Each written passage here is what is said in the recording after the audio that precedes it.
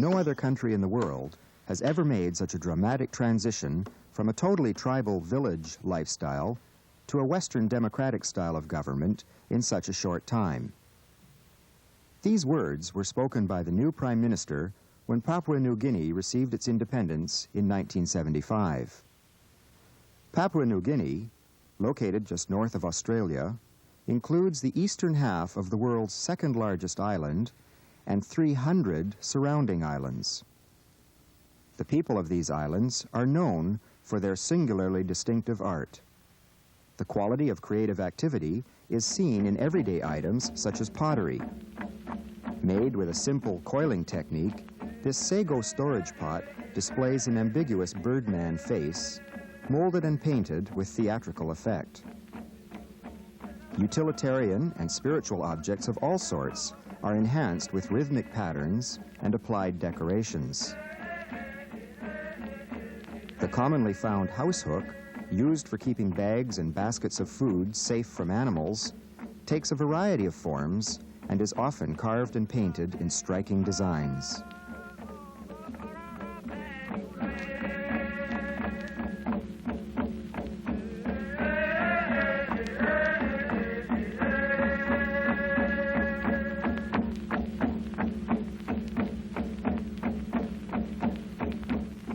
Mother-of-pearl inlay is used in elaborately carved items such as spatulas, which are used to dip lime into the mouth.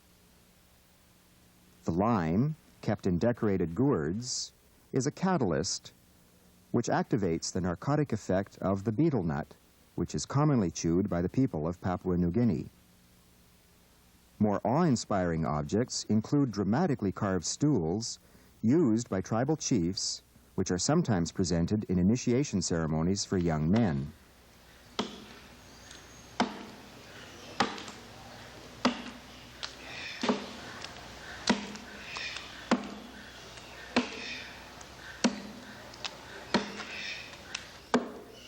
Here, Cletus Yamban, a carver from the Korogo village, Middle Sepik, works on an orator stool. He uses an adze and tomahawk and will take about 3 weeks to carve the stool from kwila wood.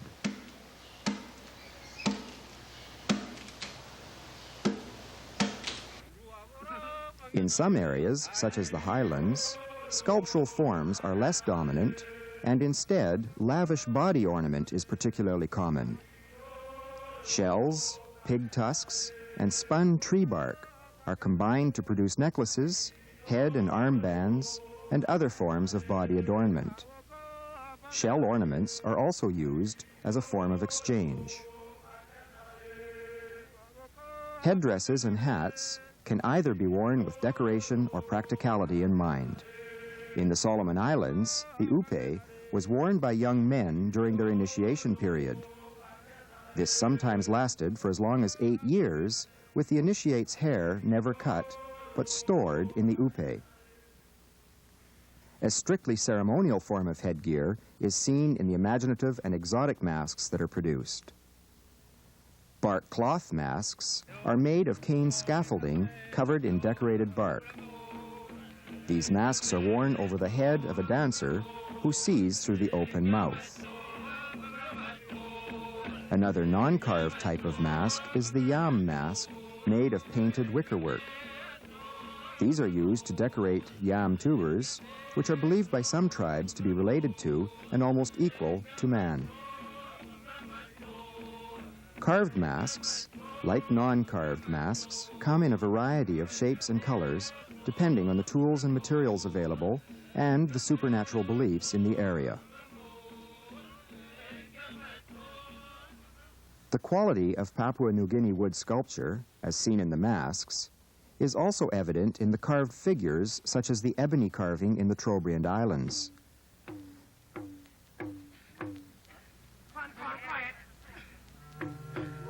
This roof finial from the Sepik River area is found typically at the peak of large ceremonial houses.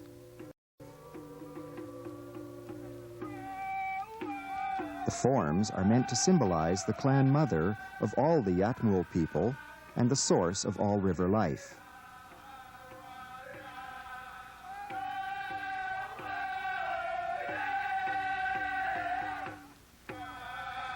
Strength is also seen in headrests, which are thought to possess magical powers.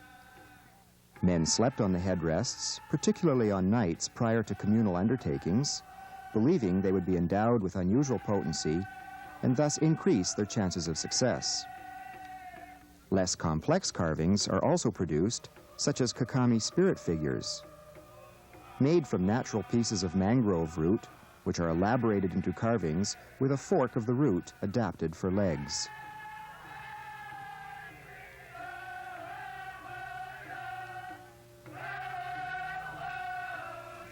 Many of the carved masks and figures were for use by men in their ceremonial houses and rituals, in which women were largely excluded.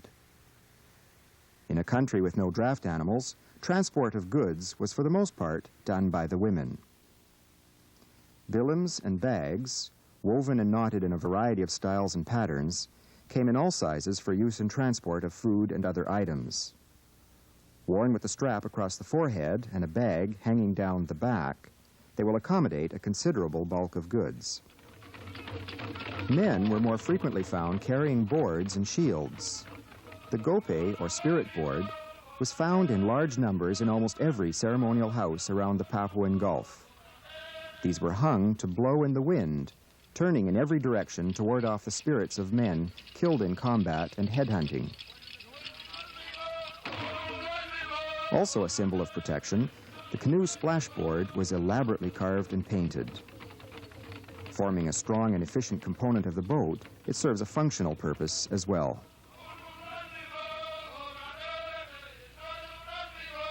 Shields, in part, a less spiritual form of protection, were used against the arrows and lances of tribal warriors. They were not, however, always successful, and in the Papuan Gulf, the agibe, or skull rack, was a common part of the men's houses. The oval silhouettes of half-length figures had two long vertical projections between the arms and torso for the attachment of skulls.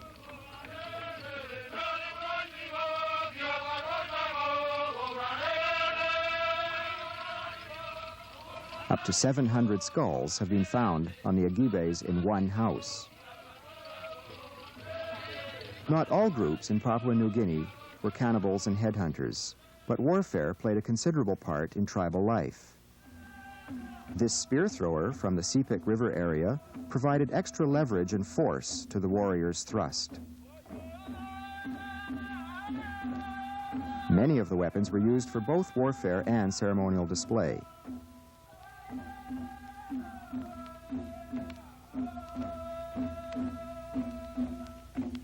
Often they were decorated with sacred symbols, giving a magical dimension to the arsenal of war.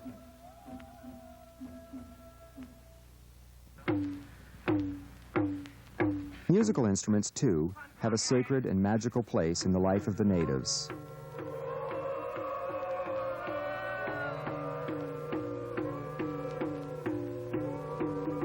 Flute and hand drums, used to accompany singing and dancing, are the voice of the invisible through which gods and ancestors speak to humans.